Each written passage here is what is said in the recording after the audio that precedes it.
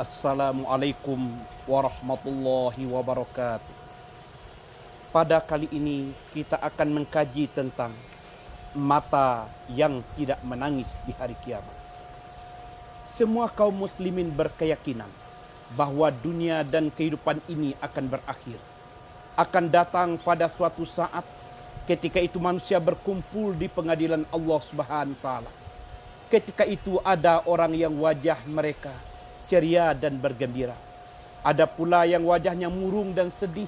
Ada pula orang yang biasa-biasa saja.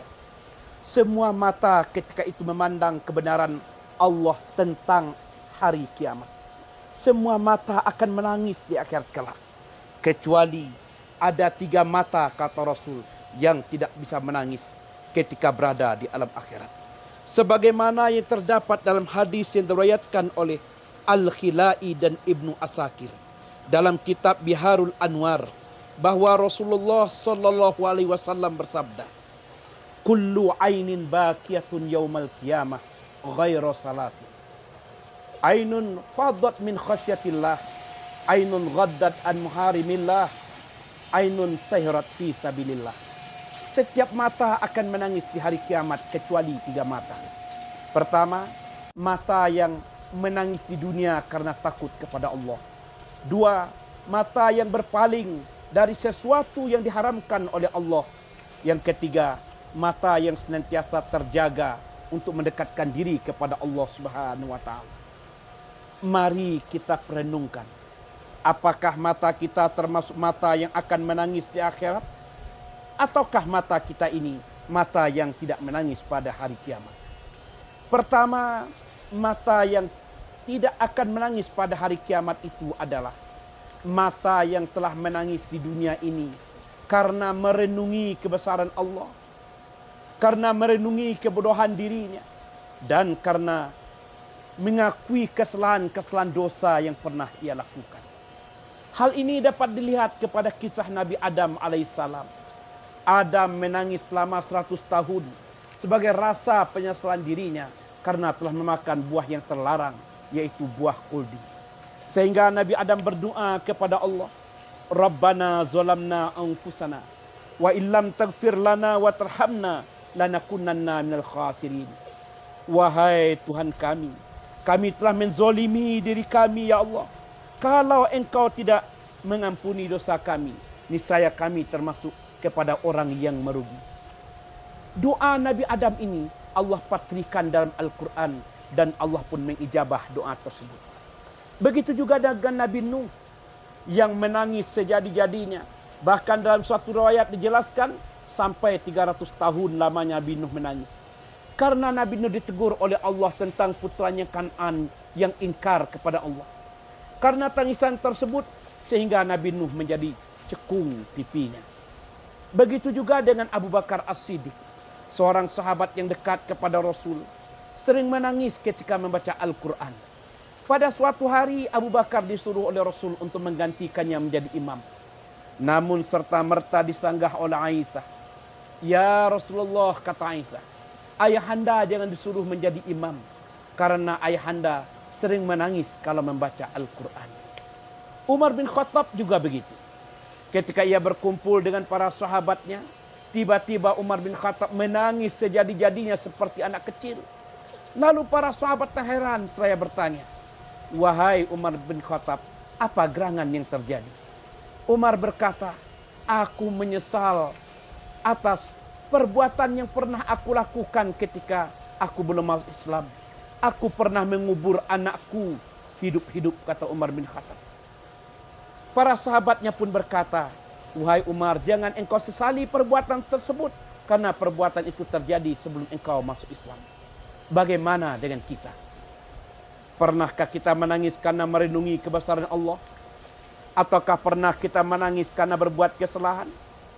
Ada orang yang di keheningan malam, ia bangun kemudian melaksanakan sholat tahajud.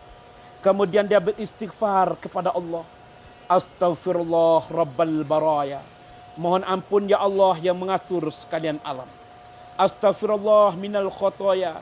Mohon ampun ya Allah atas kesalahan yang aku lakukan. Ingat dia dosa kepada orang tuanya. Ingat dia dosa kepada anaknya yang tidak ia berikan nafkah dan tidak ia perhatikan. Ingat dia dosa kepada istrinya yang ia khianati. Ingat dia dosa pada dirinya sendiri. Bahkan ingat dia dosa kepada Allah Subhanahu wa taala. Ketika itu timbul penyesalan yang luar biasa dalam dirinya, sehingga ia meneteskan air mata. Setiap air mata yang menetes akan mengangkat derajatnya di depan Allah. Setiap air mata yang menetes akan membuat air mata ini tidak akan menangis lagi ketika berada di akhirat. Jamaah dimuliakan oleh Allah. Yang kedua, mata yang tidak menangis di akhir kiamat itu adalah mata yang senantiasa berpaling dari sesuatu yang diharamkan oleh Allah Subhanahu wa taala. Artinya dia tidak mau melihat apa yang dilarang oleh Allah, apalagi melakukan hal-hal yang dilarang oleh Allah. Tentu ia tidak mau melakukannya. Mata seperti ini pernah dimiliki oleh Nabi Yusuf alaihissalam. Ketika Nabi Yusuf mendapat godaan bisa berduaan dengan majikannya, Nabi Yusuf pun berpaling. Ia tidak mau menatapnya, bahkan ia meninggalkan perbuatan dilarang oleh agama tersebut. Akankah mata kita sebagaimana mata Nabi Yusuf? Mata yang tidak mau melihat sesuatu dilarang oleh agama? Kalau kita memiliki mata yang demikian, maka mata tersebut tidak akan menangis ketika berada di alam kiamat kelak. Yang ketiga, mata yang tidak akan menangis di akhirat itu adalah mata yang senantiasa terjaga untuk mendekatkan diri kepada Allah. Bentuk yang ketiga ini ada dua. Yang pertama adalah mata yang selalu siaga terhadap kemungkinan membahayakan umat Islam ketika perang fisabilillah.